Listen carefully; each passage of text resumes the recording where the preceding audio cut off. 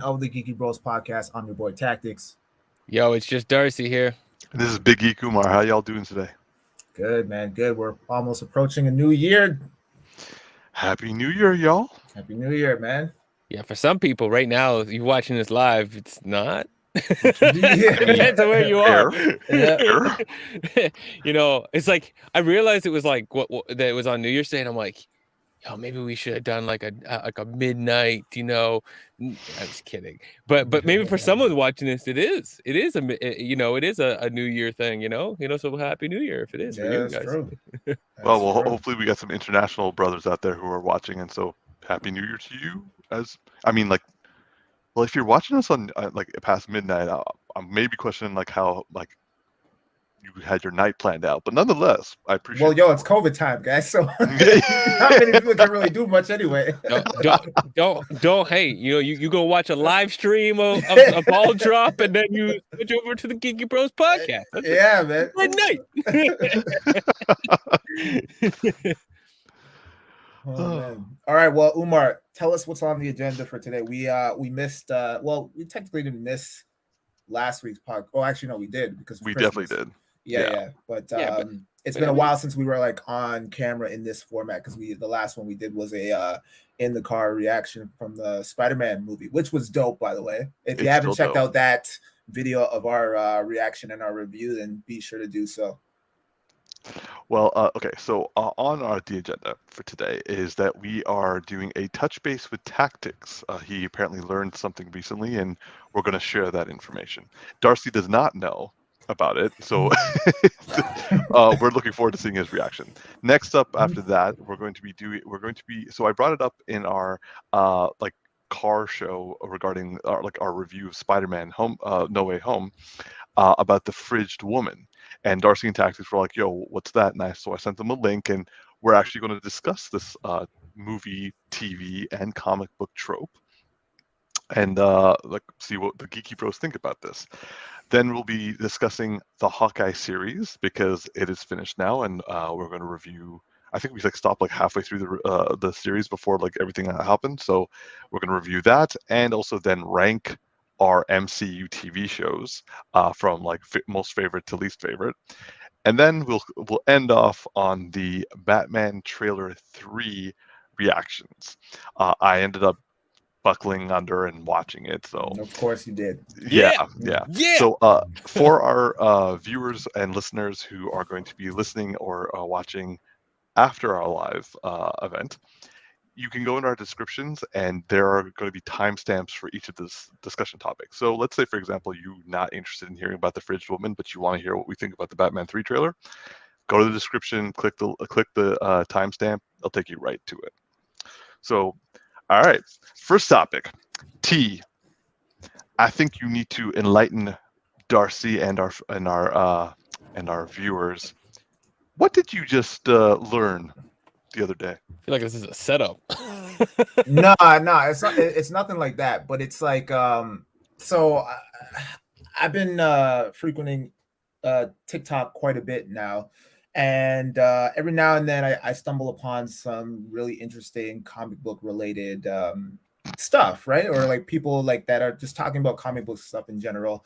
A lot of spoilers about Spider-Man, but it's neither here nor there. But I came across one guy's page where he was talking about he was doing basically a skit where he was having a conversation with the movie version of Wolverine as the comic book version of Wolverine. So it's comic book version talking to movie version of Wolverine.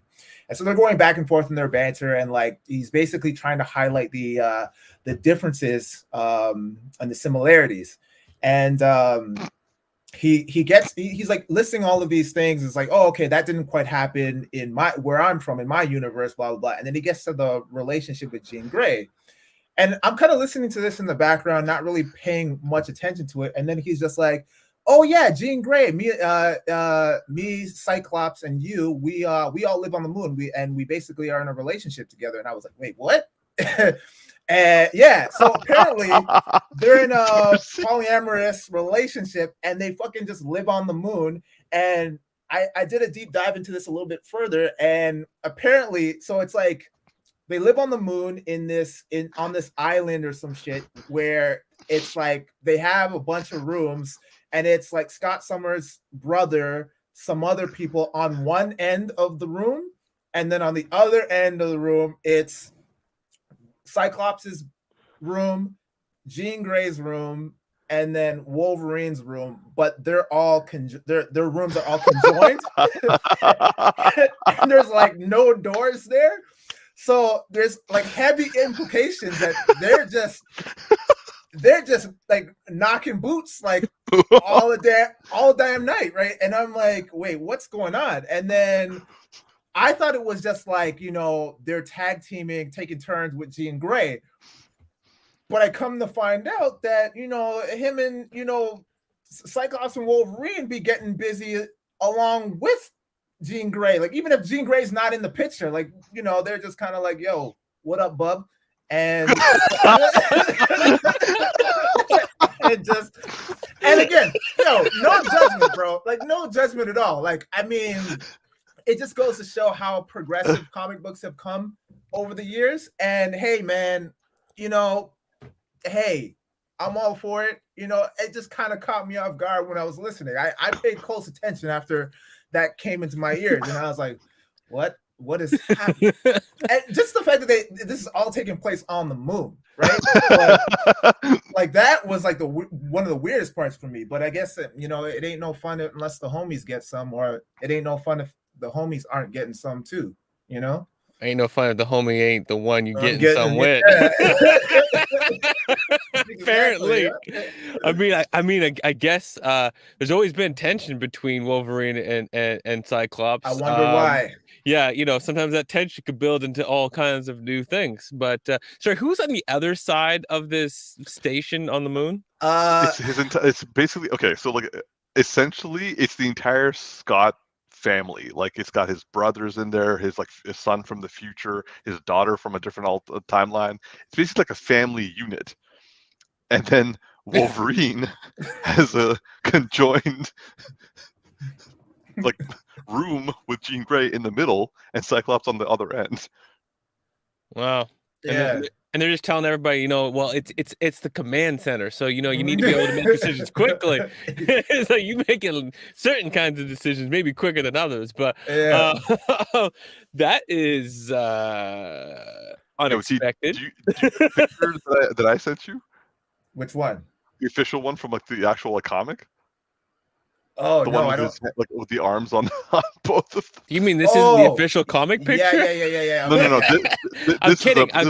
Yeah. This looks like a fan drew this. Yeah, I'm like they're doing a good job, but then they still got work to do to get to the comic level, So like, team called me last night, and we like that's the comic. Yeah, the one in the bottom right, that's the official comic. Look at where Cyclops' hand is, man.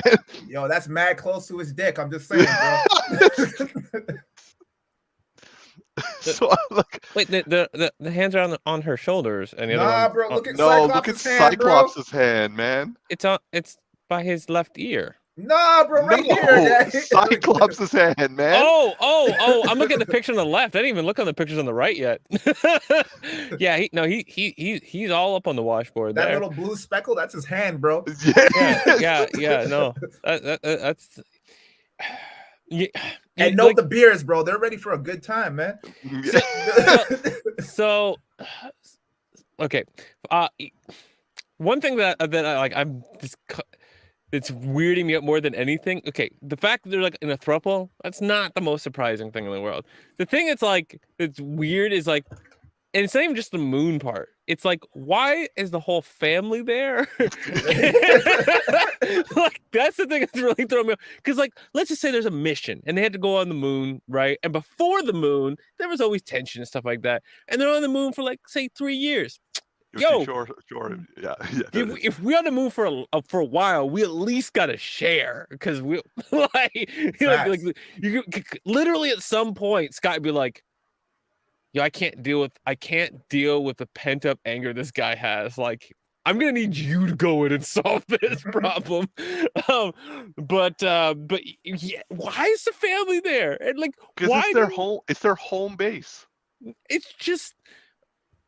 Okay, I mean, it's just Yo, like if the leaders of the family, like the head of the family, is in a throuple. I'm gonna keep it 100 right now, okay? Tax, put up all of us up on the screen for a second, okay? So, like, it's already hard enough when you in a Yes. regular relationship and live with family, okay? And I'm speaking out from experience. So to be in a throuple with the family there, that's like like it's weird enough just to even be on a date, like a regular before Netflix regular movie and chill date, like not even consensual is a word to use, just like chilling eating popcorn. It can be weird enough with family in the house, just on a regular no sex date. And there's 6 people up in that house, bro. Like, Yeah. I don't bring my family to a throuple moon party. You know what I'm saying? Like That's where they live, yo. And have to go and live together. Like, yeah, I mean, I guess it's just. I just feel like if you have the resources to go to the moon, then just get your own place, man. Like, why are you sharing with other people if you're gonna have a relationship like that? It's a big house. That's all I'm saying, yo. Okay, yo, hold up. If you, I don't know how to ask this, so I'll just like be like, I won't like try to put like metaphors on this. If we had Wayne Manor's house and like you were in a throuple, and also you were taking care of your dad, and also like like your cousin or something like that. Like let's say like you have enough room for everybody. Big? It's like Wayne Manor. Yeah, it's level. Huge. Oh, okay. I was thinking of like what's that like movie that like a dorm? You thought it was a dorm? But yeah, like I was thinking of like every time I think of like space and moon, I always go back to the Matt Damon movie where he ended up being by himself and it was like him. Mark. Yeah, the hack. Yeah. So I'm thinking like so a couple of domes and some like hallways between these domes. So I'm thinking like there's like a couple of 3 domes on one side, 3 domes on the other side, and like a mess hall in the middle. And literally it's just like you get up for breakfast and these 3 come out wearing towels. Like it's just like that's close, but I mean mansion level. Okay. Well, I wouldn't call it it's supposed to be like a very spacious like location. Yeah, I would need some space just because of listening to Wolverine in the middle of the night. I mean, yeah. All right, look, I can send you a picture, yeah, but like still, it's yeah. This is unexpected. This is unexpected altogether. Yeah, that it just caught me off guard. I was like, wow. You know, the funny thing is, this is like 2 years old information. Yeah, and I just found out about it a couple of days ago. I can tell why it's not a high-selling issue. Yeah. There's a lot of stretch of imagination here that I don't think most people were going into the comic books looking for. Like, it's like I have no problem with like someone finding a way to like tell something in the story, maybe something that makes sense. I get like trying to be progressive and all that stuff as long as it serves the story and makes sense and stuff like that. But it feels like there's just stuff here that's like, what? Why do we even have to imply this stuff? Like, yeah. Well, actually, so it is purely implication. Like, there's like nothing. Let's put it this way: my cousin was the one like, "Yo, dude, you pick up on that?" I was like, "Pick up on what?" He's like, "Cyclops, Wolverine, and the Jean Grey." I was like, "What?" And he was like, "Yo, man, just like you read the glossary, read about the summer house on the moon." And I read it and I was like, there are no walls in those doors, and then I saw that image and I was like, I can just imagine like Wolverine like just chilling reading a book in his room and then hearing some action going on in the next room and he's like, oh, I guess that's my cue. Y'all starting without me? How dare you? I thought we were friends, y'all. Oh man. Yeah. I don't know. All right. Well, on that note, moving on. So, our next topic for today is something that we briefly discussed in the car last week when we watched, or the week before when we did our review for Spider-Man No Way Home, and it particularly came up in discussion because I was talking about. I'm gonna try to do this without crying, but like Aunt May and the brilliant Marissa Tomei, and beautiful, and all around just Marissa. Yo, you need to be alone for a second. So Yeah, I know. Yo, Tactix, put up the walls.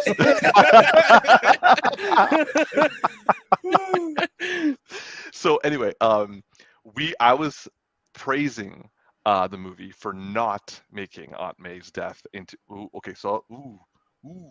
Spoiler warning for those people who haven't watched No Way Home. A little late for me to say that now. I apologize for anyone who hasn't seen it and is watching this. Probably skip to the next part because we go and talk a little bit more about what happened in No Way Home. Bro, the only way to avoid spoilers if they don't have internet at this point. No, man, there's like I've actually talked to some people who are like, man, I'm just not jacked into the same stuff as you are. I'm like, yeah, okay. Yeah, no, a lot of this stuff is algorithmic based, and so why are you focused on me right now? Yeah, I know it's great like that. But like the thing is it's just like I even like watch a lot of comic book stuff, but I know when a movie's coming up, I make sure to like start searching other things in advance.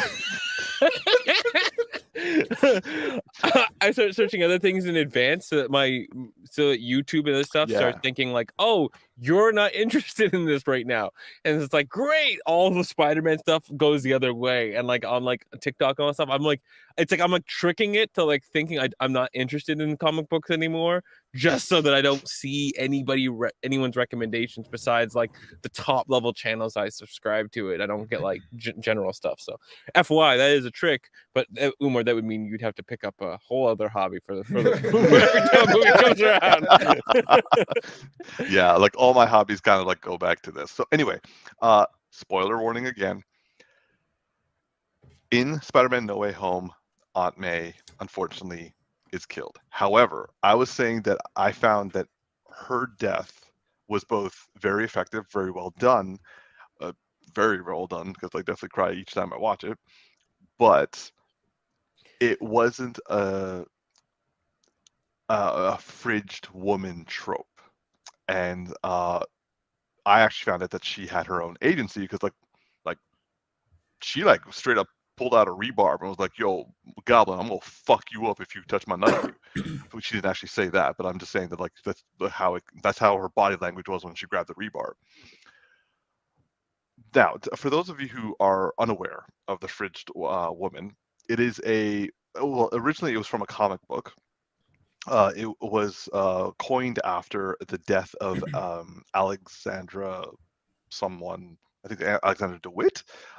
She was a girlfriend of a Green Lantern, and she was brutally murdered and stuffed in a refrigerator for the Green Lantern to come in and basically find her that way and be like really upset and like that was a way to kind of advance the plot or change the direction of the plot or basically as a plot device. What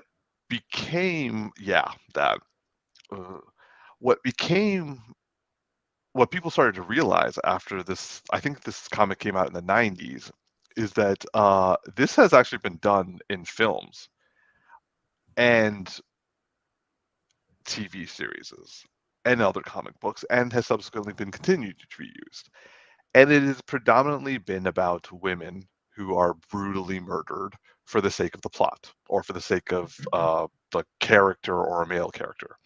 These women are one-dimensional descriptive people, girlfriend, mother, sister, blah, blah, blah, blah. And a lot of the times this is like their deaths include sexual violence. So this is a heavily criticized trope that I think and like the video I sent Darcy and Tactix, the John Wick series, it was described in this video by the Take on YouTube. that the John Wick series effectively made the dog to be the fridged woman. They made a dog more compelling than a dead wife. And if a death of a dog can essentially do the same thing as a fridged woman, then I think the fridged woman is something that kind of needs to stop happening and kind of should be removed and kind of put in a new plot device. Let's start killing a lot more dogs now. Let's put some dogs and like, okay, actually don't do that. Yeah. I went down the wrong track on that front. But nonetheless, so the trope is heavily criticized and is, I would consider it to be lazy writing. So Aunt May didn't go down like that. She was a fully functional, three-dimensional character who we all loved and adored, and she went out like a boss. I wanted to ask what you guys have to think about this trope in general, now that you are aware of it. And T, let me start with you. You look very pensive. I don't know if I agree with the whole John Wick thing, because the dog, I didn't see it the way that you described it just now, about how the dog had more significance than his dead wife. The dog represented it. The dog was a gift from his dead wife, and it was a symbolism of their love, and it was the last bit of his wife that he had left. And then when that was stripped away, that's what created the impact for him, and the drive and motivation for him to go on that pursuit of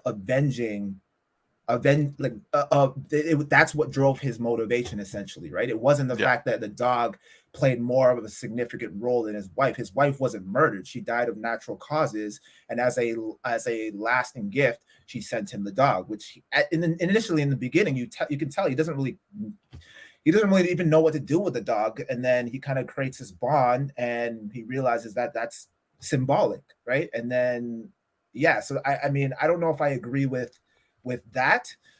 I do agree that it's not necessary for the death of a woman as a motivational drive to be overly sexualized, but at the same time, I think and I'm trying to use my words carefully, because I know that this is a very touchy subject, and I don't want to come off as sexist. We won't cancel you. You guys won't, but first off, I'm just over here sweating, waiting for Peter to come after Umar or the private comments. you think the LGBTQ cancel culture strong? Wait till you find out when Peter joins into the conversation. Yeah, I think for me, what would the alternative be if not to kill off a loved one as a hero's motivational drive to push the story further? I guess it's more about okay, so I do take your point that in this scenario, sexual violence it's kind of been removed from the trope. Mm-hmm. So I agree with that. However, I would say that the problem is if you're just going to arbitrarily kill women specifically, that's what and also not even develop them, just make them people who are one-dimensional individuals who are just meant to be killed to advance the plot. If we're going to say that let's kill a one-dimensional character to advance the plot, then shouldn't it be fridged people, have men killed equally as much? But nobody gives a fuck about men. That's the thing. I think this is part of the reason why this is such a big issue. Because, when a guy dies in the same scenario, no one really gives a fuck. Let's be honest. No one cares as much. It doesn't have the same kind of weight as it does. And I don't mean that to come off, again, I'm not trying to sound sexist or anything. And I do agree that there maybe should be a balance, but at the same time, it's okay, let's look at Gwen Stacy, for example. Right, and her death in that movie, right? Well, is it the same scenario? Because she was a pivotal part of his story. I would say no to that one. She's not a fridge woman because it's one, the story doesn't continue after that point, so it doesn't help. But That's true. but She's but a the thing is, tragedy. she's at the end of a. It's not a trilogy. She's at the end of the story, right? And it's a tragedy, as Umar says. And the thing is, and she's also well-developed character, right? And Yes. having a well-developed character die, is very opposite to, like, you start off a film, you have a person that you barely give anything, and usually, like, the wife or the partner, let's just say, that implies there's a certain level of, like, bond, right? Just a title alone would give you a level of understanding of the bond. And you go, here's the wife. I'm gonna give you 3 little scenes to show you, hey, they're a couple, right? And that there was love there. And then boom, we kill them, right?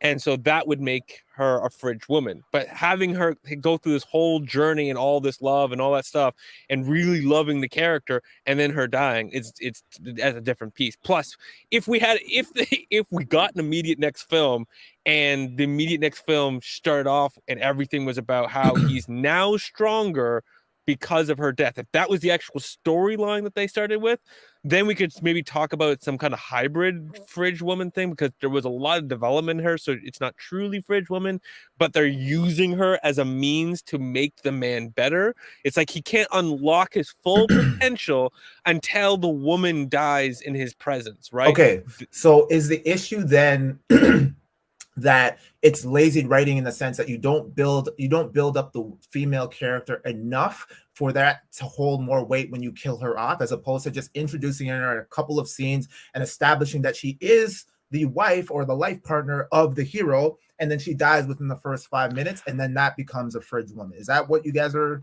Well, okay, so like, if we're going to improve on the fridge woman trope, then yeah, like, maybe go about that way. But also, like, we're trying to, like, what I'm trying to say is, like, maybe like, start writing it for different, like, maybe now not have it as women all the time. Like, you're saying, in your opinion, that people don't care as much when men die, but, like, it doesn't necessarily have to be men who are dying. It could be children. Like, like, my son got like a, I don't know, like, okay, so, like, in a Civil War, the woman, Alfre Woodard, cornered Tony Stark because her son died in Sokovia. It was all we saw was a picture of that dude, but she changed Tony Stark's. Like, she kind of unlocked his need for like, redemption on that front, which ultimately led to the main conflict in the series, in the film. Now, granted, we found out other things later, but, like, that's neither here nor there. But nonetheless, like, you felt when she showed up, like, she, the actress, gave weight to this completely off-screen character, and it was a son that died. And you're like, no, that woman knows what it's like to lose somebody. Why can't men kind of show that kind of love for a brother, a father, an uncle? Like, I'm just telling you this right now. Like, are we talking comic book movies, or are we talking movies in general? I'm talking movies in general. Yeah, I just put down to media in general. Media, yeah. Let's do that in comics as well. So wait, are you saying that there's no movies where a guy is avenging the death of his son or his daughter, or not as many? Okay, so the issue is that there needs to just be more representation in that regard. Yeah, so which is why I was saying, like, if we're not going to do away with the trope, because it's such an easy thing to get the movie going, or the series going, or the comic book going, or the book going, I'm saying, maybe we should just start, like, maybe not kill women all the time, and maybe just, like, make it a little bit more even. Because, like, look at Alias, for example. Did you guys ever watch Alias? No, but I know I'm familiar with the storyline. Yeah, so in the first episode, her fiance gets killed, and then, like, so technically speaking, he is a fridged man, and I mean, like, he rarely came up much after that. But at the same time, like, that would be one of the few examples where it was the trope was literally turned around on its side.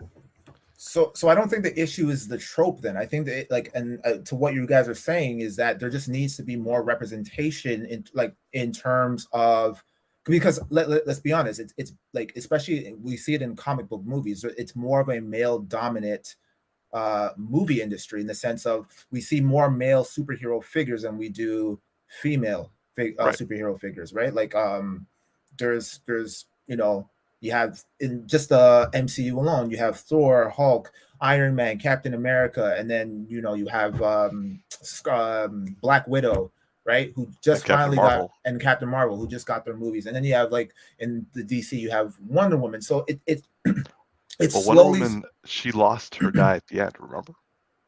No, I know. I'm just saying in terms of like female representation. Right. Yeah.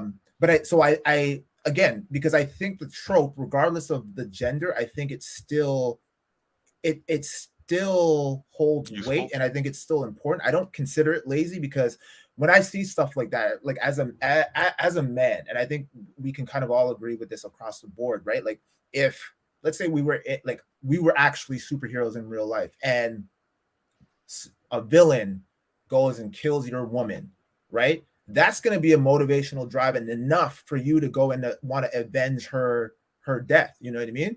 Like, okay, yes. Yo, so like if a villain kills me, you don't going to give a shit? No, I'm not. I'm not saying. I'm not saying that. I'm not saying that. You had to go there, did you?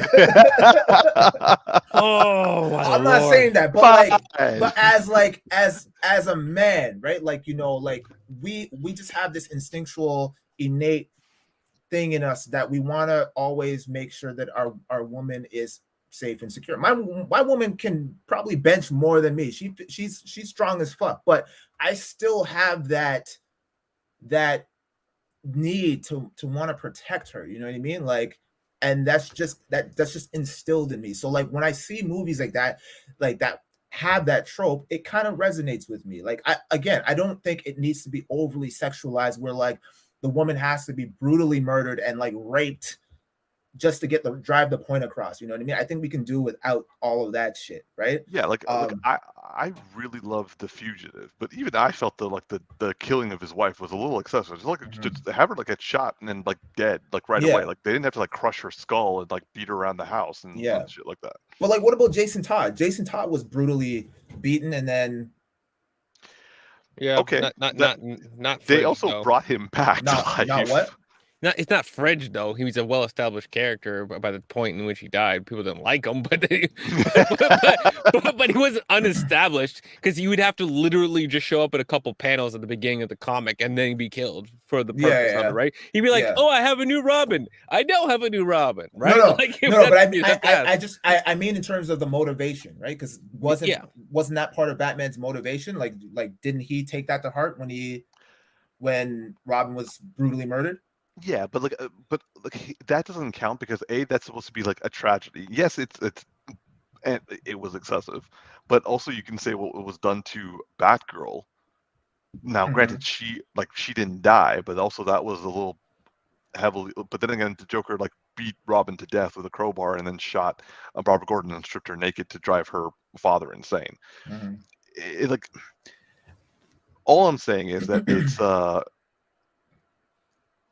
the trope can be updated if we're going to keep it. Like, fine, if we're not going to do more clever ways of like motivating heroes to kind of go on their dark journey, then at least let's make it less like female focused. What if it's like a lesbian superhero who's got a lesbian lover and they do the same trope? Okay, well, fine, but hopefully she'll be a three-dimensional character who has agency in her death. But would the argument still be the same if that was the situation? That's a partner situation. So like I would say that would be one of the like a rare situation, but at the same time, like it relationship partner. That's how's that different than? So I want to jump in a little. Sorry, I have some thoughts and I'm like holding them for a while, but I want to like hit on the point that you're getting at, Tactix, which is like the overall. I don't think there's a problem with a person that is cared for dying, and then that motivates the story for whomever is the hero or protagonist in a story, right? As I don't know what to call that, because it's not really the Fridge woman. It's the trope of people dying and someone being motivated from it. The portion of it that gets really like sexist is where it's You just use women, like heterosexual female partners, repeatedly, and it's the vast majority of those stories, and they're used with like no agency, no purpose, and it's just like, get the woman in, kill the woman, and great, now we can tell the story about the men. And so overall, like, it's not that it's the trope of the person dying that's the problem. It's the choosing of the character. It's similar to like, we're gonna choose we're gonna have a trope where, like, I'm trying to think of a scenario where this is applicable in my head, but like, I don't know, like when black people always use the same way in a scary movie, right? Like, and it's Yeah. like, it's just like, it's not the problem that the role that the black person plays is necessarily not a role you shouldn't have in horror films. It's just, why do you always choose black people to play that same role, right? Like, that's really the problem. It's like, why are you always choosing the woman to play that role? But I have a underlying feeling to this fridge women trope that as I've watched it and thought about it and listened to you guys talk, that's bugging me, is I feel like there's a lot of toxic masculinity baked into the core of the decision making around it. Absolutely. So like the Punisher, you know, whole family dies, right? And brutally, right? And that's, I wouldn't change it at all, right? Yeah. John Wick, the dog dies, wouldn't change it at all. But when you do have this, like, I feel like there's this thing where like men, you know, it's the like, men struggle to be vulnerable and they need to immediately react to vulnerability with like a firm reaction and a firm like action to say, like, you know, masculine response to it, right? And so you end up writing this story that's like, here's a moment, it's really emotional, that, you know, men can relate to, that's something internally going on, but we can't exhibit that, so the rest of this is going to be dedicated to exerting it externally through violence, right? And I'm not saying that like those stories shouldn't exist, because obviously they should to some degree. No, when you right? say violence, you mean like avenging the death of a Avenging, loved one? yeah. But it's like just using the woman to, you know, show the depth of men's actual emotions, but then only portraying it from a masculine fun kind of way, like desensitizing, like just violence, Yeah. and not even showing the depth of like the emotional pain throughout the story. Some do, and those movies are doing a good job with it, right? It's just that there's too much garbage in there at the same time. There are plenty of fine stories that would have a woman die and the man avenges her, right? And his partner. And I'm not gonna say like the percentage, I don't know, but there's got to be a good majority of those that are just crap, right? I would say about 90% of them are probably like just these like useless women that were in no way given other than like a borderline property of the male. You think it's that high? Yes. I don't know. Yeah, I don't know, because I can only think of like so many movies, but I definitely feel like there's a lot of like B, C, D level movies I don't give a crap about that are like lazy in every regard, and they would overly use this trope to like a giant degree, and that they would be a big contributor of it. Yeah, I just feel like at the core of it, you know, it's just something that just bothers me in the idea that, you know, you could do this with other people, right? You could have a story, well, this guy's brother died and he's gonna go avenge him. This guy's buddy died, and whether it's male or female, it was just like a friend, you know, or a co-worker. You know, I want to say like a movie Geeky that's best friend. Yeah, a movie that's doing a good job of like, what about Harder They Fall? Harder They Fall? That's interesting. I was gonna bring up the Equalizer for a second, because I was like, it's not like, it's kind of this using strangers in the same kind of. She was brutalized. Who? Yes, she was. Who? Yeah, you're right. In the Equalizer. I was thinking of the Home Depot scene when I said that. I just forgot about I forgot about the main character. I was just thinking about protecting the people at Home Depot. Yeah, you're not wrong with it. No, I'll back off Equalizer. The Harder They Fall. Which part are you referring to? Like the beginning? Yeah. The beginning.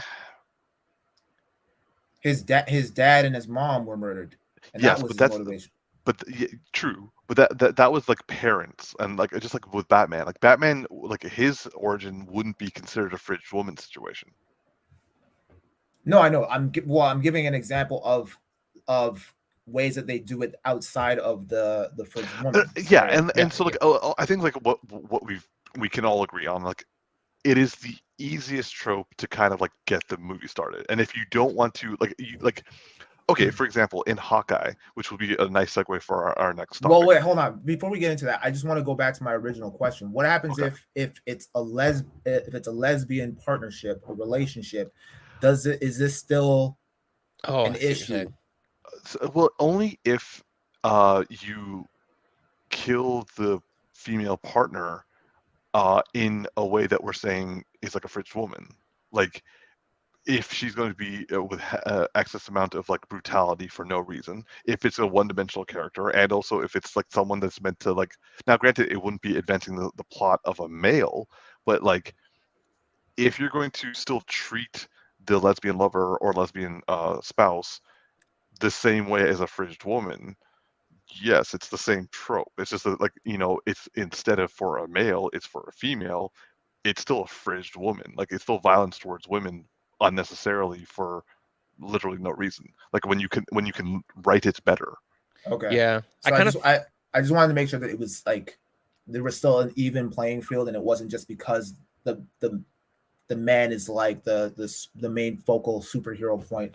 I kind of feel like it is more of that though. Like, I feel like it technically, like, how to put this, it could or it couldn't be depending on how they tell the rest of the story. Like if they brutalize the woman and the female who plays the hero basically replaces the man and there's nothing unique and different about the story, I think we would watch it and go, yeah, that feels the same, right? That feels the same as any other stupid movie. How? If the female, like, literally it could have been a man who became the hero, and like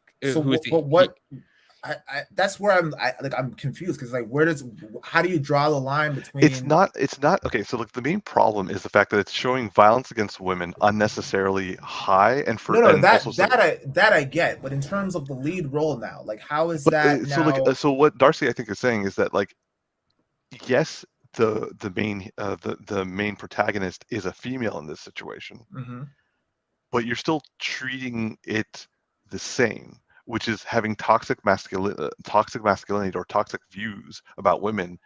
You're just like, all you're doing is putting a woman in the protagonist role, but you're still doing everything the same. So you're saying that like a violent act is a toxic masculinity act? No, we're saying that the choice to brutalize the spouse of this same-sex couple the exact same way as a fridged woman is essentially treating the same thing. It's still I understand that part, but I'm talking about the avenge part. How does that honestly, the avenging is immaterial. Meaning that that's almost irrelevant to the problem, because like their story is going to continue, and it's a revenge story, blah blah blah blah blah. We're saying that you don't need a fridged woman trope the way it's been being done to advance the plot. If you want to tell a revenge story with the death of a spouse, where does the toxic masculinity come into play in that regard? Because that is a systemic, like, that is a studio standard. So it's not toxic masculinity within the story itself. It's whoever's creating the story is projecting their toxic masculinity. Is that what you're saying? We're saying that can be a factor, yes, of the fridged woman trope, yes. But then within the story, how is that classified as toxic masculinity? Where is the toxic masculinity coming from exactly? The male director? Yeah, from my perspective. No, but that's okay. That's from an outside perspective. I'm talking about within the storyline, because what Darcy was saying is that it has the potential of becoming toxic masculinity if you're now evoking violence as a result of what happened. If a bunch of so if a bunch of women, I mean, I could answer my own question. The question was asked of me. Go on. Sorry. Like in the story, I'm gonna have a hard time articulating this, but the thing for me is that, like, if the views and the way the story was written came from a male toxic perspective, in the way that it felt like it was discarding of the woman for no value, and the nuances of how it was done just felt like it was a male who has no care and value really for the female in that story, there is a potential, but it's, I don't know how to, like, I'm not gonna be able to say like do this and this line and this specific thing, but I feel like, how do I put this? When you have like a movie or a show of a particular culture and it's written and shown by somebody not of that culture, and you can feel it's insensitive to it. But then when you actually get people of that culture and there's nuances in the way that it's delivered, that you're like, this feels real. And for people who are of the culture, like, yeah, they got that. And for other people, they're like, I don't know what's different about this, but it feels different. Right. And so I feel like when these men build up this thing and discard the woman, it reminds me of like dudes I grew up with who just talk about like, yeah, no, you just gotta get her home and sleep with her, you know, like do this, and it's all like that bravado shit, and it's all built in bravado. And if the story, it could have all the same beats, but if the story was delivered in a way that was, it provided something new, it provided something that felt valuable, and that's hard to put down because it's very intangible what I'm saying. Mhm. But I feel like the lesbian scenario or even the male scenario could be better, and there's some that do that, but too many of them just come from a place of bravado. It's so much about getting to the man's story.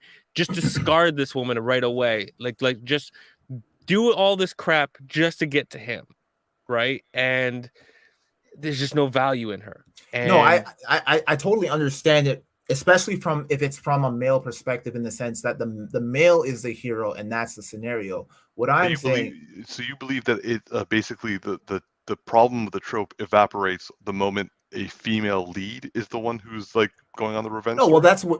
that's what I'm asking, because if the trope is still the same, except the female is the lead, and let's say, for example, it's highlighting their gay relationship, and then that, like, maybe one of the tropes is that like the partner is killed as a result of that, and now it takes a spin in terms of it now being an avenge story from the lesbian's perspective, from the hero's perspective, who is a female. I don't understand where the masculine toxicity comes from. I would say that it depends. I would say it depends on how this. Like, first of all, we need an example, because like I don't think there is an example for us to actually bring up and be like, hey. No, but that's why I'm asking. I'm as a hypothetical. Hypothetically, if it's a lesbian, because we're still focusing on a female character as the lead. It's the only difference is that, like, the trope is still the same, except now it's a woman in the role that's still inflicting violence as a result of the fridge woman. But the main problem with the fridge woman has less to do with the person who is like going forward for revenge. It's mostly about showcasing or like constantly reinforcing that women are the one to be brutalized. No, I know, but you guys were talking about toxic masculinity, so I'm trying to differentiate where that it comes into play. Is it from the outside? Is it outside of the story, and the toxic masculinity is actually being presented from the person that's writing the material, or does it actually manifest within the story itself? Because if we're taking it from a male perspective, where the male is the hero, and the scenario is still the same, where it's a fridge woman, and then now it's that male bravado, like Darcy was saying, where it's like, oh, I'm the male, I gotta avenge my slain wife kind of thing, then yeah, I can understand where the toxic masculinity comes into play. It's on some Vin Diesel type shit. But if it's the same trope, but it's from a lesbian perspective, then is it still the same? Like, is there still toxic masculinity and that same bravado? I would say that and you're asking strictly speaking in the story. Yeah, within the story. Okay, it would depend on. I would say that in the story it wouldn't be toxic masculinity. It would probably be all the thing developing the story. Like it would be, as you put it, on the outside, but on the inside, it would be more about the fact that like it is like it's a female who's doing everything. So technically speaking, she can't have. Well, I don't know it well enough to say that it's like she would, but like toxic masculinity created the story, but in the actual film, in this hypothetical film, she would not be portraying toxic masculinity while she's like killing everybody. She would just be again, it would have to be like we would need an example, but like in this hypothetical situation, she would be portraying toxic masculinity. She would just be an example of like, but it's a woman doing toxic masculinity. Yeah, Like, I mean, I definitely don't think that she could.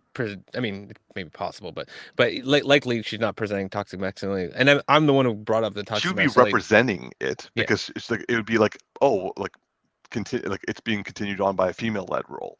Yeah, but the thing I was getting at when I brought it up was that like a lot more probably towards where the production studio is coming from, in that like I'm going to use this movie. This is not related, but the feeling I got from the female Ghostbusters film, where it felt like it was just like slot the women in, and it was like those roles just were like male roles. Like just from the trailer, I was like, those look like male roles with women in them, and like there's no reason for the story to exist, and it feels like just some dumb executive saying like, do this because this will sell, right? And so from my perspective of like, is it possible that you could slot a woman into a toxic role? The premise of not like, so like the story 100% would do that, but likely someone could say like, I want the film to be like this because this is going to sell, do this, and then it ends up being like there's nothing really different here that wouldn't have been the same if you had a man in that role. And underlying, I think we would feel that in the film. We were like, this doesn't feel like it's valuable. It doesn't feel like it's adding anything to the LGBTQ like experience. But if it was really truly written from someone that experience, I think we would have a different feeling. Well, Again, it's all very gray though, and it's very hard to like nail this down to like a legal letter. And if we try to get there, we're not going to get there. The thing it's hard for us because the thing is we don't have an example to kind of like work off of. I mean, we so can like still talk about it hypothetically. I mean, the thing is, all three of us have different ideas of what we're saying. Okay, fair enough. I'll respect. Yeah, because like, and that's perfectly fine. It's that like for me, like I would say that it's a unique situation, which I mean, if we have a lesbian revenge film that has a fridged woman in it, that look, and all three of us have seen it, we could probably debate this a lot easier because we would actually be like interpreting certain things, and also we would know who wrote the story, and also what kind of like ramifications. Because the thing is like, kind of like Darcy was saying, if the person who wrote this hypothetical lesbian revenge film was a guy who like barely like knows anything about the LGBTQ community and just kind of like wrote it exactly as a person who would write like a typical revenge film, and just like put two women in there and had the surviving woman choose to take revenge against, like, I mean, we need to also what if it was like the Wachowskis? Like they have the perspective of both worlds, right? So it's like, what if they did it? If they would do it, like, again, we would have to know how nuanced they make it. Like for example, in the first Matrix trilogy, Trinity wasn't exactly a very prominent character. She was a side character whose whole purpose was to activate Neo / the One into making him a more powerful version of himself each step.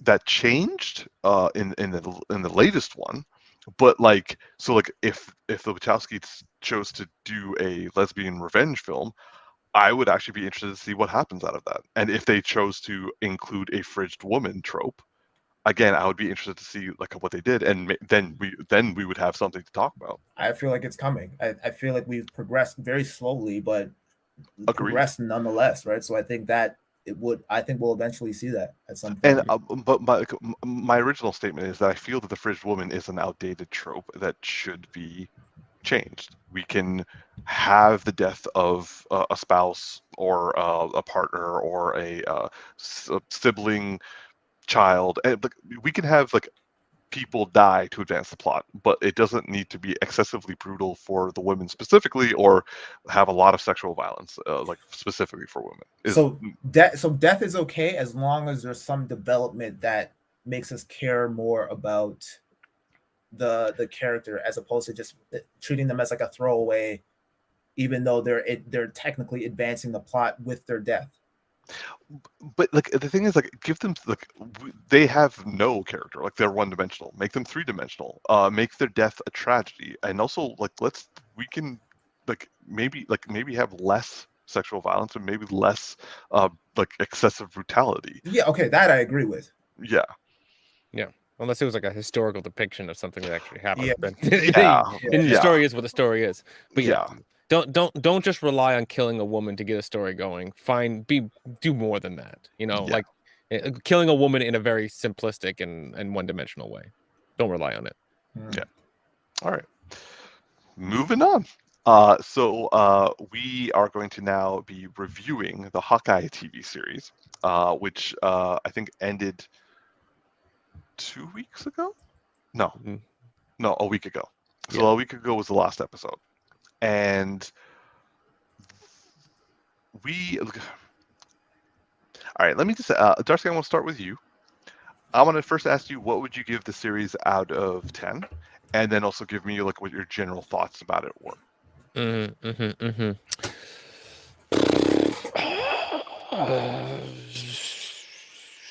gonna be tough for me. Or I can go No. I'm just trying to think. I feel like my general rating is gonna be 8. And the thing is, it kind of feels like a 7 and an 8 for me at the same time. So like, I feel like overall, is it the most like surprising and well inventive story? No. It's a very straightforward story. We've seen the story before, and other things. What really wins me over an extra point in this is both Kate and Yelena. I like everything. Okay, everything about the original Hawkeye, the story, the fact that Punisher came in, not Punisher, sorry. I was watching videos about the Punisher earlier, so that's what I'm thinking about. Kingpin showed up, and like there's a lot of good stuff there. There's a lot of also average stuff, like that was like a good ride and nothing done bad. It was just typical, average. Average. Yeah, we've seen it before, right? By the numbers. So, yeah, exactly, and that's totally fine. But honestly, like I need a show or movie of Kate Bishop and Yelena. Like they murked this. Like I thought, like when I was watching this at first, I'm like, okay, it's all right, but Kate Bishop is like, I'm loving Haley in this character. I'm loving it. She's stealing the show every scene. And then Yelena comes in, I'm like, she stole the whole freaking thing. like when she had the line where she's like, Kate's like, she's like, stop making me like you. And she's like, I'm sorry, I can't help it. I was like, yes, that's how we feel. Like as an audience, like, stop making me like you so much. It's not even your show. I think overall, I really enjoyed it. I'm glad to have seen it. I have no real complaints. Even by the numbers is good, especially at Christmas time. I don't necessarily need to be like, super dark or super anything like that. It was good for the time. They timed it perfectly. So I overall enjoyed it. I just really need to see Yelena and Kate Bishop duo in something, because I think it might need to be a series, because I think that like we could have a lot of emotional growth for Yelena while watching Kate Bishop grow into a superhero level through spending time with Yelena and like just going through a harder ringer of things. And their energies off each other was like that whole episode, that whole like, oh, you're gonna have it's so crazy, you're gonna have like dinner with the enemy. It's like her whole like everything. Oh, I loved it. So yeah, for me, it's like I give extra points just for those two. T, same question. Rating out of 10 and thoughts on the whole series. My gut reaction is 7.9. I found it to be I found it to be fun. I mean, I enjoyed it. It didn't have a lot of depth in comparison to the other previous Disney shows, but it was enjoyable. It was, it came out around Christmas time, so it was nice, lighthearted, and the fact that they gave us Kingpin, which was an immediate setup for Daredevil in No Way Home, spoiler, and I love how we're all spoiling and then saying spoiler after. Yeah. but By the way, called it. Yeah. But yeah, it was just really interesting to watch. I enjoyed it. I definitely want to see a spin-off of some sort with Yelena and Kate Bishop, or Kate Bishop, as Yelena says. But yeah, I mean, Umar said that Yelena's probably going to end up with the Thunderbolts, which is kind of disappointing, because I'd love to see her as a young Avenger with the other. They may switch it up. I'm hoping they do, because really and truly, I have no attachments to the kids of Wanda at all. Why are you hating?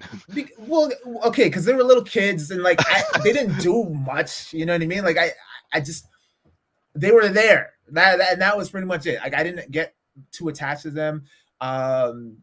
The other dude, the grandson from Falcon and the Winter Soldier, was only in like 2 episodes. Didn't do much either. So I'm not really. They haven't really grown on me yet. But obviously, we saw Yelena in Black Widow, and she stole it from me. Like, I loved her from the moment she came on screen. So you got a bit of a crush on Florence. I'm not even gonna lie, I do. Like, I legit do. Like, the accent, everything. It's doing it for me, man. Oh yeah. Good. 100%. Darcy's like, no, I gotta say something. Yeah, 100%. I agree. Yeah. Like, Kate Bishop is like girl next door, and Yelena's like the naughty girl. You know what I'm saying? Like, like the bad girl. Like, so Her I love confidence, them both. her uber confidence. Yeah. Oh yeah, certainty in her character is 100%. Flint, he did his thing. I mean, it was nice to kind of see him be a highlight in the show. Unfortunately, he was kind of outshined by Yelena and Kate Bishop. He's always outshined. Yeah, I mean, he had some pretty cool moments. But I think, again, I think all the OGs are kind of getting ready to like be like sent, like, to leave. This is kind of like their send off. 10 years. Yeah, you know what I mean? Like, he had his nice run, he had his great moments and everything, and they gave him some really cool highlighted moments, but really this is Kate Bishop's show, to be honest, right? So it's setting up for her, and I think they set it up really well, and to the point where I want to see her in more stuff. Like, she's very charismatic, and like some of the fight, like I sent it to you, one of the fight scenes in the chat. Like, she does some kind of front flip off of her bow, and then like wraps her legs around some guy and spins him. Yo, that was dope, man. Like, one thing I will say about the show, like, it lacks depth, but it makes up for it in the fight scenes, man. The fight scenes and like the action scenes in general were just really, really cool and fun to watch, right? So not the most epic of the MCU stuff, but definitely from a TV show perspective, it was definitely up there. So yeah, I give it a 7.9. I enjoyed it. And yeah, I liked it. Okay, so I'm gonna break the mold, and I'm gonna say that I would give this show a 6 out of 10. I knew you were gonna go there. Yeah, it's just on par for Umar. It's by the numbers. So I will say that this show definitely had some definite shines. Like, I love Kate Bishop. I love Haley Steinfeld. I really enjoyed Delana. Really enjoyed her and Kate Bishop's scenes. I'm with you on that one. Like, the whole scene between the two of them at dinner, like in Kate's apartment, that felt like an acting class thing for like people to emulate, or something for like people who review films or like go to school for films. They would like analyze that scene. Like, it felt like that kind of level. I loved seeing a Kingpin back, but at the same time, Vincent D'Onofrio, like, I'm glad he's back. I'm glad he's in the MCU. I really am. It's just that, it kind of was Like, why was he fighting Kate? And why did he lose? It's just anyway. So that just bothered me, because like he would have crushed Kate in a hat. Anyway, I'm gonna leave it alone. I found that I was a big fan of Maya, or I can't remember her name. It's like Alana Cox, I want to say. Anyway, I found her to be a breakout. In fact, okay, so like Kate Bishop, Maya, and Yelena, the highlights of this series for me. I liked Clint in it. He was cool. But like aside from the one phone call that he had with his like son that Kate was also in and also helping with, I was like, whatever. It's Clint. Who cares? But like Maya loved it. Yelena loved it. All the reasons you guys have brought up, same thing with me. Kate loved it. Wasn't a big fan of her mom or like the intended stepdad. And like it was nice to see the Tracksuit Mafia guys just like kind of being brought to life, which was fun. But like inherently, I was like meh. Also, I'm not really big into Christmas, so like this was like kind of hitting on chords that don't exist for me. Please don't call me a Grinch. And Scrooge. yeah, like I Don't call me a Scrooge. I won't Humbug. call you. Whatever. So yeah, like by the numbers, it doesn't really hit home for me. Glad that Kingpin's in the MCU. Wish he had a better introduction. And yeah, 6 out of 10. Umar, by the way, I looked it up for you. It's Alakwa Cox. Oh, I was way off. Yeah. But like like I'm glad she gets her own TV series because that like she owned it. Do you think Kingpin's dead? Oh no, he's not dead. Like they did the same thing in the comics. Like he was blinded for a while after getting shot, but like that was about it. Yeah. But like yeah, she has her own series. Oh snap! Yeah. She was solid. She was solid for sure. Sure. Yeah. All right. Well, moving on. So now that we've seen, I think these are all the TV series for Phase 4. No. Well, okay.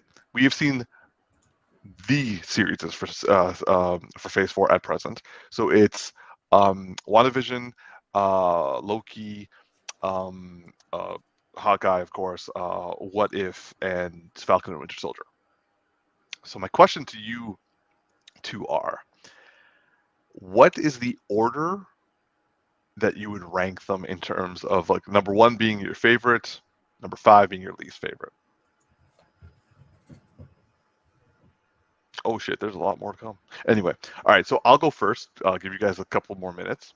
For me, it would be WandaVision, Loki, What If, Falcon and Winter Soldier, Hawkeye.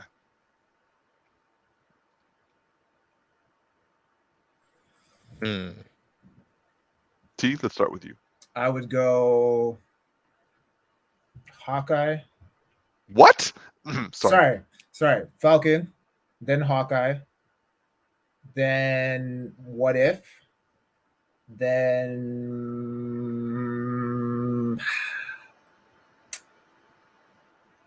Loki, and then WandaVision. You're like almost the exact opposite.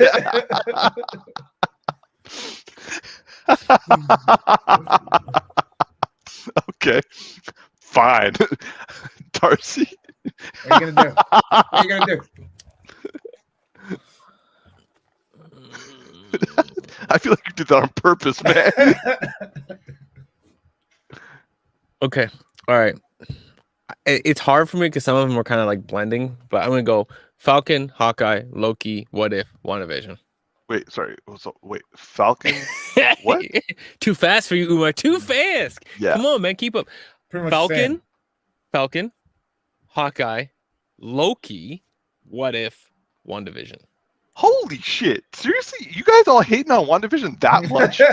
It's not hate. It's just like, it didn't end strong, and it had a lot of good moments. But there's other moments and other shows that have kind of stuck with me more. Okay. And recency also plays a factor. I can't lie. Like Hawkeye's maybe higher now than it might be in the future because it's the most current thing for me. But yeah, yeah, no, that's just where I'm sitting. That's where I'm sitting. So Ron R is like, of the ones I actually saw, sweetie, I love the fact that you're like, wait, hold on, you've watched them all. Yeah. So it's like Hawkeye, WandaVision, Falcon, Loki, What If. Interesting. How come y'all putting Hawkeye right front? Look, are you all sipping because it's Christmas? I mean, yeah, that's a big part of it. Whatever. Yeah, I mean, Yelena is just pushing it up the thing for me. Like, let's Yeah, just be man. honest here. Yeah. Like, you know, if Yelena wasn't in it, I don't know. Hawkeye might have fallen the fourth. You Yeah. know what I'm saying? and like I was telling Ashley, like I didn't grow up. I mean, I didn't really grow up with those TV shows like I Love Lucy and I Dream of Jeannie and all that stuff. Like I'm familiar with those shows and I've seen a couple episodes on retro TV and whatnot, but it just just wasn't ever really my shit. So watching it, I got the appeal, but it didn't really do much for me. And Fine. on top of that, like, so I understand why you like it because there's a novelty there, but for me, I was just waiting for like, okay, because the novelty isn't hitting for me, I just want to see some more action. And I never got that until the very end. And so it kind of fell flat for me too. So, okay, I was going to say this myself, but like Ron R has kind of started it. So she's saying Falcon I liked, but it was a little slow. I would say that Falcon I would have had much higher. Like it probably would have. It was on the cusp of actually beating Loki for me, but and it's not its fault. COVID hit it, and I think out of all the series we've watched, I think Falcon and the Winter Soldier was the most affected by COVID shutdowns. So, unfortunately, the product we saw wasn't good enough for me. But like I felt that it could have been. It's just that they had. So I feel it's unfair for me to like rank them as fourth because it probably would have been third for me. But or probably actually second. But I really didn't like the last episode of Falcon and Winter Soldier. Yeah, I can agree with that. Yeah. All right. Well, what are you most anticipating that's coming up next now? Yeah. Ms. Marvel. I need to get my brown represent, bro. Fair. I walked right into that. Should have known. What do you think I want to say? All right, the next question is just for Darcy then. I mean, for me, I'm just actually, it's really whatever comes next. I just want something like you know, it's like I don't care, you know, like just show me more MCU stuff because I've been enjoying myself. Like I literally just started on the what's the book of Boba Fett or whatever, and I'm like, I just literally watch. I'm like, man, Disney Plus is not missing a hit right now. Like, that was a solid first episode. They only give you like 2 weeks, and then they're like, here's more content. Original. Yeah. Like, and they're not like Netflix gives you a lot of original content. You know, like movies, hit or miss, often a miss. Shows, more often a hit, but there's a lot of them, so I'm not watching enough to see the misses, right? Where Disney, it's like everyone's a big blockbuster thing, and you know, as long as it's MCU or Star Wars as a show, they're hitting it. But the problem with Netflix is, like, even with the series, they give it to you all at once. You're done in no time. With Disney, they're like, no, you got to come back. Yeah. No, absolutely. Absolutely. And I was watching John Capia, and he was talking about the top $10 billion club movies of all time so far, and I think 8 or 9 of the movies are all Disney properties. Yeah, like that's crazy. No, Disney. That's they crazy. know, like they know. They're like, oh no, we gonna put it on our streaming service. You're gonna have to get it. Yeah. Oh yeah. They're on it. Yeah, I'll take whatever one comes first. The one I'm least excited about is She-Hulk. Moon Knight looks interesting, but I'm intrigued. Miss Marvel is probably the one I'm, for whatever reason, most excited about. And it's I know nothing. But I'm most excited for it. and it's just because I feel like I've seen a little bit with the character, like just the actor. I mean, and I don't know. I feel like it's just gonna be fun in New York. Whereas I feel like Moon Knight is gonna be great, but I need to see more. And She-Hulk, I'm sure I'm gonna love it when I see more. Just what I've seen so far was kind of like a turnoff for me. But I was like, I'll put that aside and I'll wait to see more. How about you, T? What are the out of the three? What are you looking forward to? I'm gonna say Moon Knight is my number one, just because it's giving me some Batman vibes. Then second is a close second is Miss Marvel. Okay. Because from what I've seen, it looks really fun, and obviously, you know, gotta rep for you too, man. We need that representation. I mean, Rep you for know, you in second. yeah.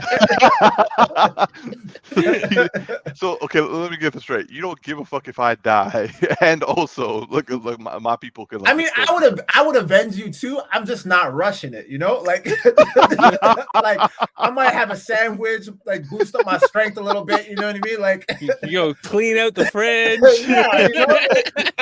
Yo, I'm Fulfill gonna my take errands, time. you know? I Check want my to take to-do time list. to sew my own costume. Buy all my stuff on Amazon, get it delivered. Then I'll go Yeah, out. you know. You know, I'll pull you at the fridge, then I'll clean the fridge, and I'll buy a new fridge. Yeah. I'm not wasting gas, but I'll like, you know, I'll take an Uber to save you. You know what I'm saying? Like Uber pool. You said that with all his like weaponry and gear. What are you doing cosplay? It's like nah, my friend's in trouble, yo. I'm just, you know. can you pop the trunk? I love that you said Uber pool.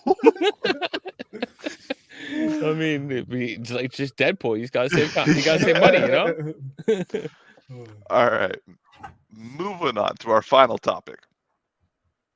So, the Batman franchise has released a final, well, I hope a final trailer, because if they keep giving us trailers until March, that's insane.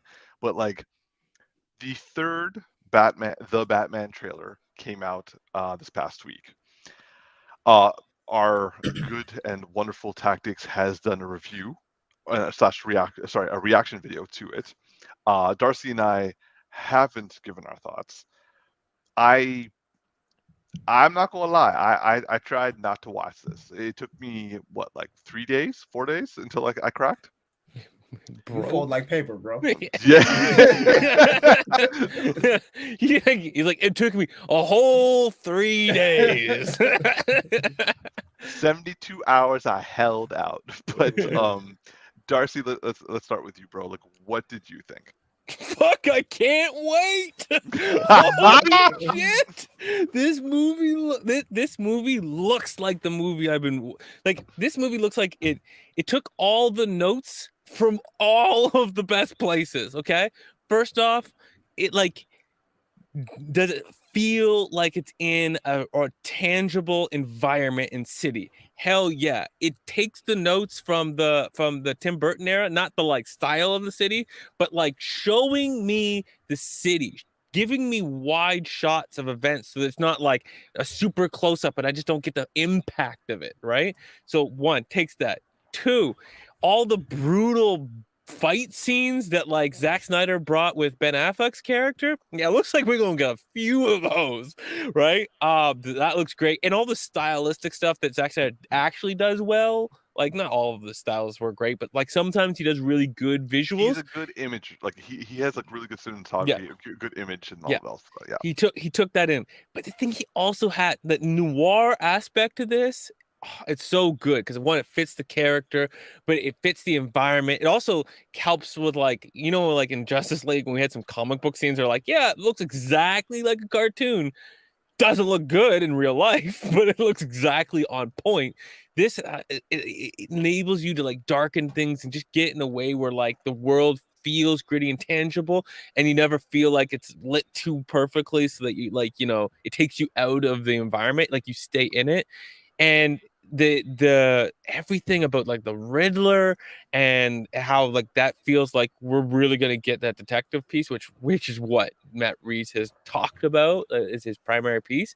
But yeah, that like uncovering the riddle, the mystery looks exciting. Like, honestly, this trailer, now I'm not saying it will be, but this trailer is giving me the vibes that it could outbeat The Dark Knight. Like literally giving me all the right notes that if it doesn't turn out well, oh man, it's gonna set me up for a hard fail.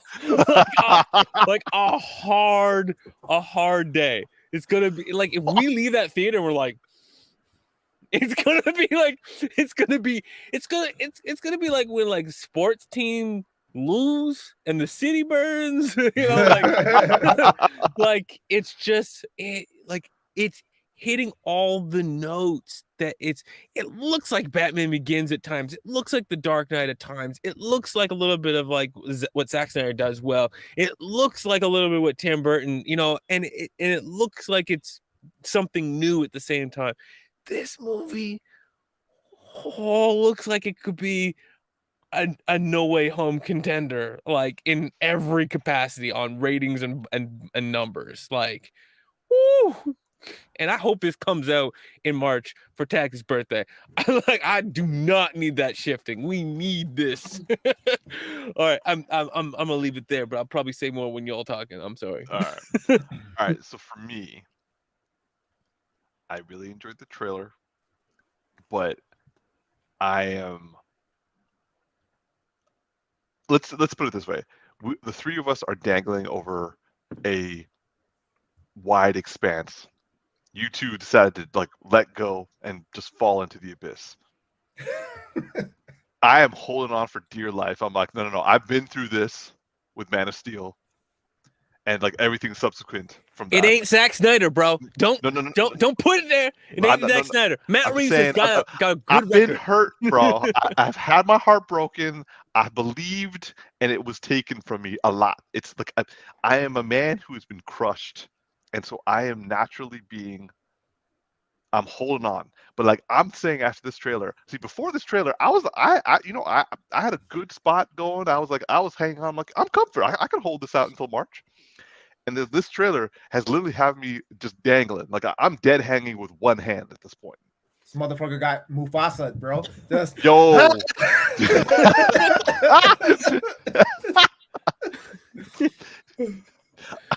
I'm holding on for dear life right now. And like I was telling this to Tactix last night. If the early reviews come in, like early reactions from like the people, I'm not talking about the studios because Tactix brought up the studios. I'm like, yo, those guys gave a standing ovation to Batman v Superman, so like, fuck those guys.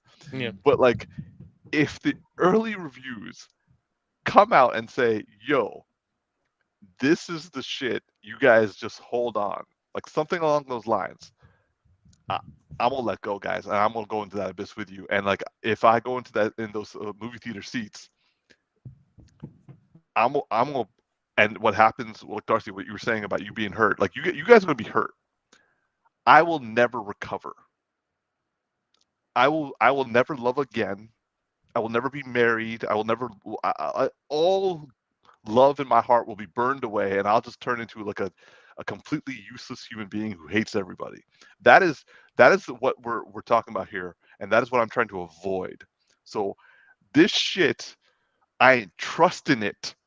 It is a liar. It's a pretty, nice smelling woman that I'm saying, no woman, go away. Yo, we need to have a conversation after this podcast. that got a little too real for the audience. Just back it up. Just back it up. Like, you good, man? Oh man. So T, now that you've had time to process and now you've heard your bros' point of view, what you got to say? Man, Umar, you make some really solid points because we have been burned before. We literally went to Niagara Falls and got burned alive by that together. movie. Yeah, all together. Yeah. So we all suffered together in unison. But except for Darcy. Oh yeah, because Darcy liked it. Yeah. Okay, so yeah. At the time, yeah. I mean, I enjoy the unlimited edition or the whatever director's cut or whatever it's called. I enjoy that one more. I definitely, yeah. Stop hating Yeah. on me. Nah, But not me, man. it's definitely like not stood up to me over time. It's like same as it was then. It had moments like the Batman warehouse scene for me is always gonna be fucking dope. I like the His movie intro aside, scene, or his intro scene too. Yeah, Is yeah, dope. yeah. Like I like seeing him. No, just the moment where the cop looks up and you see him in the freaking corner like a giant bat. I was like, holy, that is scary as all hell. This is a horror film out of nowhere. Bro, Umar, don't even bullshit, bro. That That's warehouse no. scene. I will give Are you you the kidding warehouse me? scene. I will not give you that scene. Okay, so what better Batman scene do we have live action that rivals that? I was gonna say I actually enjoyed Batman Begins a lot more. What scene? When We're not talking about the movie. Batman Begins fight scenes? Are you kidding me? No. Batman Begins. Are you talking about like him in the corner? No. The warehouse scene, bro. The I fight said scene. no. I said I give you the. Okay, warehouse scene. Okay, I'm just not giving you the one him in the corner. Oh, okay. No, I'm talking about the warehouse scene. No. bro. The warehouse scene was dope. Okay, That's like it's like straight out of like Arkham Asylum. I thought this motherfucker was comparing Batman Begins fight scenes to the warehouse scene. Are you kidding me? Like, do you want to put them side by side? Yeah. I actually would love to see that just to laugh a little bit. If you can make out what's going on, then by all means, go for it. But T, you were saying like I made some good points about what? Yeah, you made some good points about how we've been burned before, and like right. because the trailer for Batman v Superman looked amazing to me. I know you didn't like it, but I thought I was excited for it because like at that time I was like, yo, I can't believe we're actually getting Batman and Superman in one movie. Like I never thought. Excited. I was so excited because like they had teased it in I Am Legend briefly, but it was like it was kind of like a throwaway thing. We never actually expected that to be a thing, and then all of a sudden they make the announcement that it's happening, and everyone's like, "Oh shit!" So I was hyped, and then got disappointed, and then early, like kind of midway through the year of this year, we saw the trailer for Mortal Kombat, and I know Umar, you didn't like it. Darcy and I, we were going crazy over it, man. We were like, "Yo, this is sick." They finally got it right. Nope. They did not. They did not. I mean, they had one fatality right, and the intro they blew the budget on a spectacular intro to that movie. I remember I was like, yo, I'm gonna have to eat my words, and then the rest of the movie happened. I'm like, no, I don't. If you ate, then you better throw them back up. So we've been burned a lot by trailers in the past. So this kind of has me worried. But then again, I agree with Darcy's points. Like Matt Reeves hasn't missed yet, bro. I know he hasn't missed yet. Like I love the last two Planet of the Apes movies, man. So, and I like what I'm seeing here. And word on the streets is he's very passionate about this Batman property, and a lot of the ideas that he was preaching before they began shooting. I'm like, yo, this guy understood the assignment. So. Yeah. And he does a lot of oneers too in the trailer, which you all know are gonna come in the movie, which is like if you're willing to like let a scene hold in a trailer, because which means we're gonna get scenes that hold in the movie, which is gonna be fantastic. But he's like the anti-Michael Bay. Yeah, because it's like and Michael Bay actually does a phenomenal job what he does. Whatever movie I can't remember. Oh yeah, Bad Boys 3. Like this is like no, Michael Bay style is not easy to replicate. like that was proven. I was like, yeah, you did not get. There's so many scenes. I was like, you're doing it wrong. You go like this, you slide like that. You don't do it like that. But take BVS or take any other big movie we've been burned on, like Mortal Kombat or anything like that. Like when it's all like quick and punchy, like everything was best in Mortal Kombat. Unfortunately, was mostly in the trailer. But they were all the long scenes, like the whole. My camera just like disappeared out of nowhere. Let me just stop my camera, bring my camera back. Nope, it's not gonna work. Okay, my camera's. Oh, hold up, I know what it is. It's all good. We still got the audio version. Yeah, we still in this bitch. Yeah, no. I'm back. You can bring me back. But like whenever they do those like super fast cuts, and it's gone again. I got you, bro. I got you. Yeah. my battery, my camera is not charging for some reason. I'll have to look into that afterwards. But yeah, whenever they do those super fast cuts, then that's like usually when it's a sign that, like, you know, what you're seeing isn't a representation of what's going to be in it. But the fact that he's holding shots and showing them, it's a good chance that, like, you know, he's comfortable with a lot of stuff that's in this movie, and it makes me happy. Yeah. All right. Well, like, please don't delay it. We all want to watch it for Tactix' birthday, and like, I will say, please be good. I'm not wanting it to fail, guys. Guys, I've been hurt, and I'm not going to let myself get hurt again. But if those early reactions come in and they're all positive, I'm not going to sleep the night before that we see this movie, because I'm going to be so anxious to watch it. I may actually call in sick to work, because I'm going to get working that day, because like I'm going to want to watch it. So like, yeah. Let's just say that I'm holding the crazy back. Like I'm like, this is a Tinder date, and like I'm gonna be crazy on the first date. So we dial it back. Anyway, so on that odd and weird note, I'm gonna pass it back to you, T.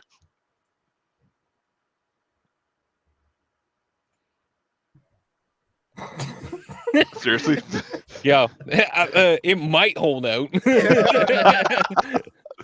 All right. Well, yeah, this has been another edition of the Geeky Bros podcast. And of course, before we sign off, we want to wish everyone a safe and happy new year. I don't know if anyone's going to actually be going out and doing anything, but if you are willing to risk it, then just be safe, stay well, and we wish you a nice and prosperous new year going into 2022.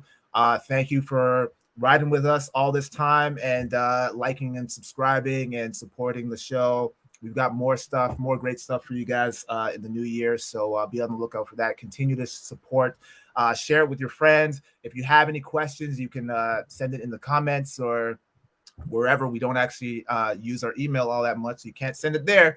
But, you know, just hit us up in the comments, man. And eventually we'll start an Instagram. We're on TikTok, but we don't use that either. So I don't even know why I bothered saying that. Ignore that. Anyway, yeah, I'm your boy Tactix. Yeah, just Darcy here.